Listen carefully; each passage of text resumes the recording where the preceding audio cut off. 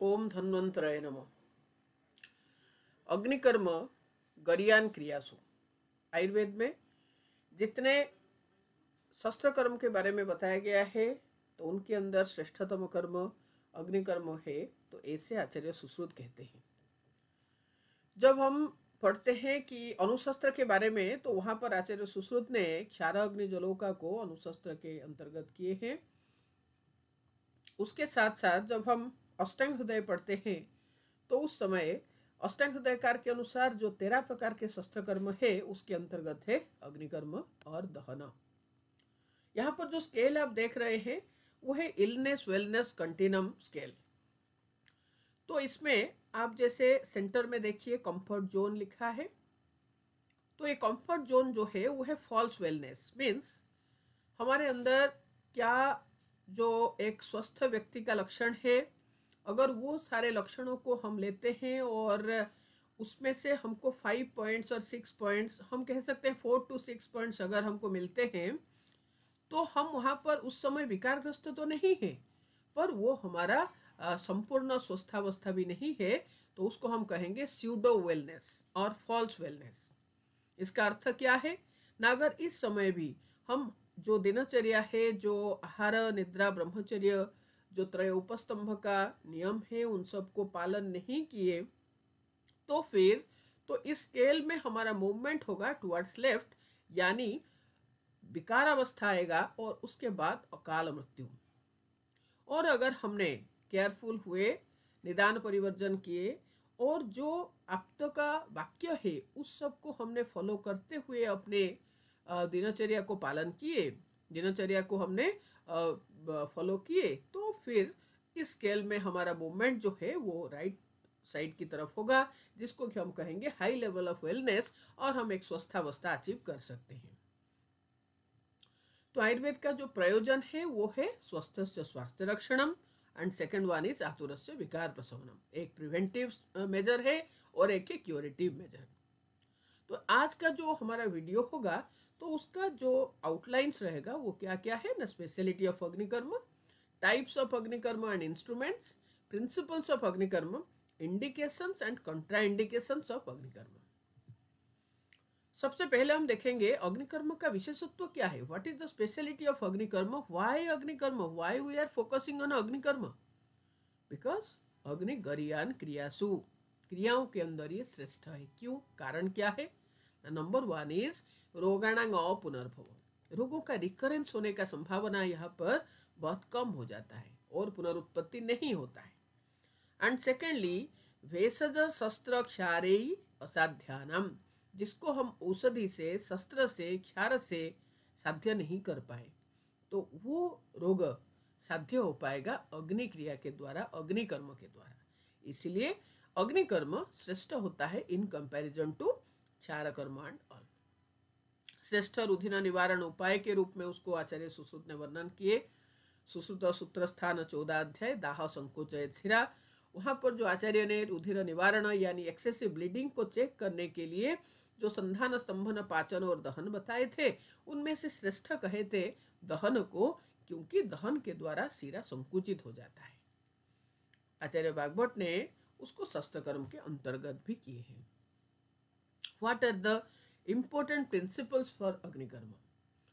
सबसे पहला नियम जो है वो है ग्रीष्म और शरद ऋतु में ये निषिद्ध है।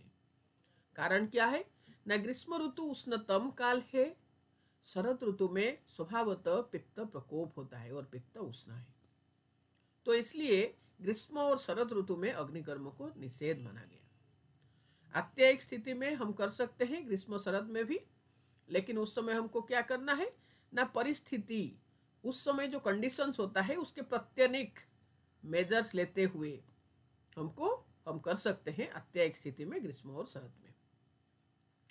अग्निकर्म निषेध किया गया कहाँ पर, पित्त प्रकृति, अनुद्धृत शल्य, भिन्न कोष्ठ, अंतशुणित, अनेक व्रण पीड़ित और जितने भी स्वेदन अयोग्य पुरुष है उन सभी में हम अग्निकर्म नहीं कर सकते, वर्जित थे। वो सब अग्निकर्म के लिए वो योग्य नहीं है।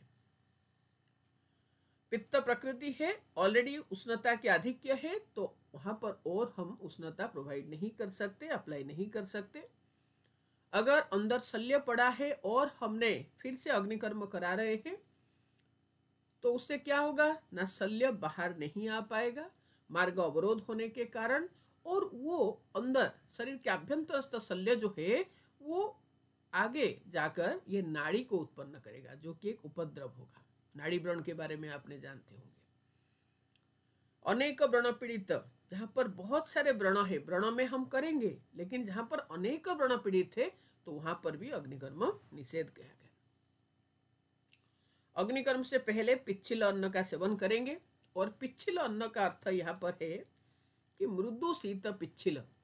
तो मृदु शीत पिच्छिल की जब बात आती है तो हम देखेंगे कि आचार्य सुश्रुत कहते हैं कि अष्टविध वीर्य भी है, और ये अष्टविध वीर्य में से ये मृदु शीत पिच्छिल वीर्य है जो कि पित्त को समन करते हैं। तो अगर हमने पिच्छिल अन्न यानी जल पृथ्वी महाभूत वाले द्रव्य को सेवन कराते हैं, शीत अन्न सेवन कराते हैं, मृदु अन्न सेवन कराते हैं, उससे पित्त का समन हो जाएगा, और जो अग्निकर्म हम करेंगे वो विशेष रूप में उपद्रव कारक नहीं होगा। अर्श, अस्मरी, भगंदर, मूढ़गर्भ, उदर रोग और मुख रोग, ये 6 रोगों में अभुक्तवत अग्निकर्म करना है। अभुक्तवत अग्निकर्म का अर्थ हुआ कि खाली पेट हमको अग्निकर्म करना है। ऐसा क्यों? इसीलिए क्योंकि अर्श रोग, भगंदर रोग ये दोनों है गुदमार्ग का रोग, अस्मरी है मूत्र मार्ग का रोग, मूढ़गर्भ अपत्य मार्ग से ही उसके शल्य को आहरण करना है, उदर रोग जिसमें पुरीष का प्रवर्तन नहीं होता है लेकिन पुरीष का प्रवर्तन कराना उसका चिकित्सा है, मुख रोग मुख मार्ग में रोग हुआ है। तो बोलते हैं कि अगर ये 6 रोगों में हम खाना खिलाकर अग्निकर्म कराएंगे तो उससे क्या होगा, उससे वेग का प्रवर्तन होने का संभावना है। और सब भगंदर ये दोनों में गुदमार्ग से ही वेग का प्रवर्तन होगा, जिसके वजह से अग्निकर्म व्याघात होगा, कर्म विघात होगा। और अग्नि जब उपद्रव करता है तो उस समय उपद्रव बहुत भयंकर होता है। और वो कौन सी उसका अधिष्ठान क्या है ना, उसका अधिष्ठान है गुद प्रदेश, सद्य प्राणहर मर्म है वो, मांस मर्म है वो। ऐसा ही अस्मरी जो है वो मूत्रभव स्रोतस का रोग है, मूत्र मार्ग का रोग है। तो वहां पर भी अगर हमने पिच्छिल अन्न सेवन कराए और मृदुशीत अन्न सेवन कराकर करते हैं तो वहां पर भी कर्म विघात यानी अग्निकर्म करते समय ही मूत्र का प्रवर्तन हो सकता है, मल का प्रवर्तन हो सकता है, जो कि कर्म विघात होगा। ऐसा ही मूढ़गर्भ है, ऐसा ही उदर रोग है। और मुख रोग में अगर अग्निकर्म करते समय सपोज हमने पिच्छिल अन्न सेवन कराकर अग्निकर्म कर रहे हैं और अग्निकर्म करते समय ही रोगी को वमन आ रहा है और रोगी को मल का प्रवर्तन हो रहा है, मल का प्रवर्तन आने का वेग आ गया, तो उससे भी कर्म विघात होने का संभावना है। तो इसीलिए ये 6 रोग में आचार्य सुश्रुत ने अभुक्तवत अग्निकर्म करने के लिए निर्देश किए हैं। भोजन करने से वेग प्रवर्तन, वेग प्रवर्तन होने से कर्म विघात। सम्यक दग्ध, सपोज हमने अग्निकर्म किए तो उसका लक्षण क्या होगा। सम्यक दग्ध का अर्थ है कि हम सक्सेसफुली अग्निकर्म किए हैं, तो उसका लक्षण कह रहे हैं कि पक्व ताल वर्ण का होगा वो जगह और कपोद वर्ण का होगा, वहां से बुदबुद शब्द होगा। क्योंकि जब हम दग्ध करेंगे तो मोस्ट सुपरफिशियली प्रेजेंट है त्वचा, और त्वचा का जो मोस्ट सुपरफिशियल लेयर है वो है उदक धरा। और जब उदक यानी पानी और अग्नि संस्पर्श में आते हैं तो वहां पर शब्द की उत्पत्ति होती है। तो इसलिए बुदबुद शब्द उत्पन्न होना, रक्तस्राव बंद होना लेकिन लसिका युक्त होना, ब्लीडिंग नहीं होगा पर ऊजिंग होगा, रक्तस्राव बंद हो जाएगा पर लसिका का स्राव होना, लसिका युक्त, स्राव नहीं है वो है लसिका युक्त। सम्यक दग्ध के पश्चात हमको करना क्या है ना, हमको मधुसर्पी का अभ्यंग करना है। क्योंकि मधुसर्पी ये दोनों शीत है, मधुसर्पी दोनों का एक धर्म है कि ये व्रण शोधन, संधान और रोपण कर्म कर सकते हैं। इसीलिए सम्यक दग्ध करने के बाद हमको मधुसर्पी का अभ्यंग करना है। और अगर हमारे पास मधुसर्पी उपलब्ध नहीं है तो हम कोई भी स्निग्ध शीत प्रदेह का उपयोग कर सकते हैं। फॉर एग्जाम्पल घृतकुमारी का लेप, जो कि बहुत इजीली अवेलेबल है and easy to use also. त्वग्गत रोग और दहन उपकरण, अगर हम ओवरऑल देखेंगे कि आचार्य सुश्रुत ने दहन उपकरण यानी अग्निकर्म उपकरण क्या क्या बताए हैं, तो वो सारे हैं पिप्पली, अजासकृत, गोदंत, सरसलाका, जाम्बोष्ठ, इतरलोह, चौद्रगुड़ स्नेह। तो उनमें से जो त्वग्गत व्रण होगा तो वहां पर हम यूज करेंगे पिप्पली, अजासकृत, गोदंत और सरसलाका। त्वग्गत रोग क्या है ना? त्वग्गत रोग है मशक, तिलकालक, चर्मकील आदि।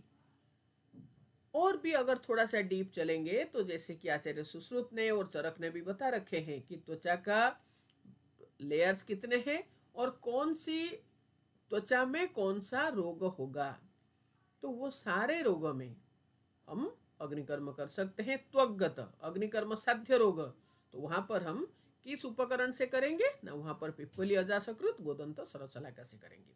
आप यहाँ पर देख सकते हैं जैसे कि तिलकालक है, चर्मकील है ना? तो इन सब में हम पिप्पली के द्वारा, अजासकृत के द्वारा, गोदंत के द्वारा और सरसलाका को उत्तप्त करते हुए हम अग्निकर्म कर सकते हैं।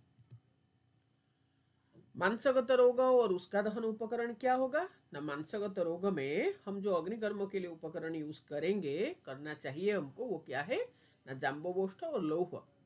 जाम्बोष्ठ का अर्थ है कि जाम्बव ओष्ठ आकृति के पाषाणकृत और मृत्तिकाकृत उपकरण, और लौह का अर्थ यहाँ पर है धातु, नॉट एग्जैक्टली आयरन। तो धातुओं की जब हम बात करते हैं तो धातु के द्वारा हमको करना चाहिए मांसगत रोग में। फॉर एग्जाम्पल ग्रंथि, अर्बुद, अर्श, गंडमाला, भगंदर, दुष्टव्रण, अपची आदि। तो ये सब में हमको जाम्बोष्ठ से और धातु निर्मित सलाका से हमको अग्निकर्म करना चाहिए। शिरा स्नायु अस्थि संधिगत रोग और उसके दहन उपकरण क्या होगा ना? शिरा स्नायु अस्थि संधिगत रोग में जो उपकरण होगा वो है मधु, गुड़, स्नेह, मधुचिष्ट, और इन सबको लेके क्या करेंगे ना? इनको उत्तप्त करके वहां पर हम रब करेंगे और एक्सटर्नली अप्लाई करेंगे, जिसको कि हम कहेंगे प्रतिसारण। तो शिरा स्नायु अस्थि संधिगत में हम मधुघृत, मधु, गुड़, स्नेह, मधुचिष्ट को प्रयोग करेंगे। शिरा स्नायु संधि अस्थिगत, उसको आचार्य डल्हन उसको समझा रहे हैं कि यहाँ पर शिरा स्नायु अस्थि संधि के छेदन से ही जो शोणित अति प्रवृत्ति होती है, तो वहां पर हम अग्निकर्म करेंगे और उससे शिरा दहन होने से मार्ग अवरुद्ध होता है, फिर शोणित अति प्रवृत्ति जो है वो निवारण होता है।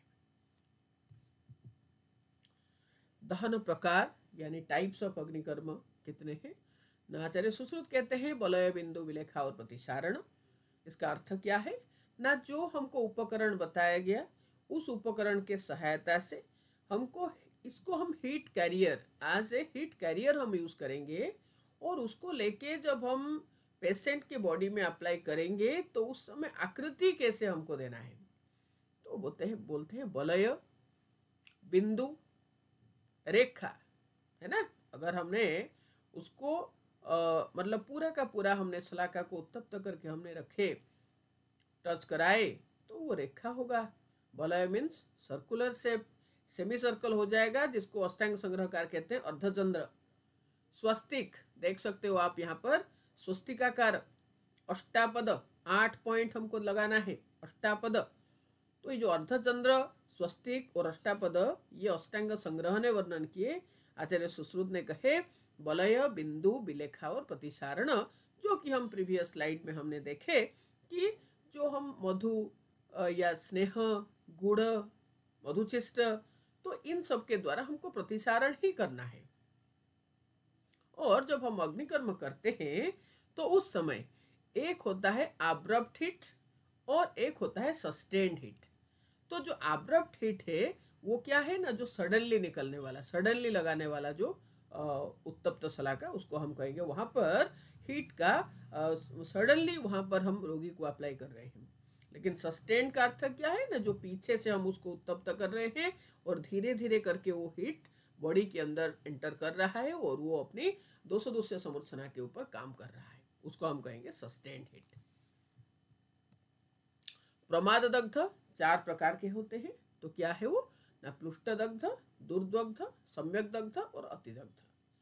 प्लुष्ट दग्ध में क्या होगा ना, प्लुष्यते अतिमात्रम, वहां पर स्फोट नहीं होगा, सिर्फ स्किन का डिस्कलरेशन होता है, वहां पर चिकित्सा करेंगे उष्ण चिकित्सा। एक है दुर्दग्ध, जिसमें कि हमको शीत उष्ण चिकित्सा करना है, वहां पर तीव्र स्फोट भी हो रहा है। तीसरा है सम्यक दग्ध, जिसमें हमको पित्त विद्रधिवत चिकित्सा करना है। और एक होता है अतिदग्ध, जिसमें अत्यंत दग्ध हो गया, तो वहां पर हमको पित्त विसर्पवत चिकित्सा करना है, जहां पर स्फोट और स्फोट रूप होके नहीं रहता, वहां पर मांस अवलंबन यानी उलझ जाते हैं मांस, गात्र विश्लेष हो जाता है, तो उसको हम, वो अतिदग्ध का स्थिति है और वहां पर चिकित्सा होगा पित्त विसर्प जैसा शीत क्रिया हमको करना है।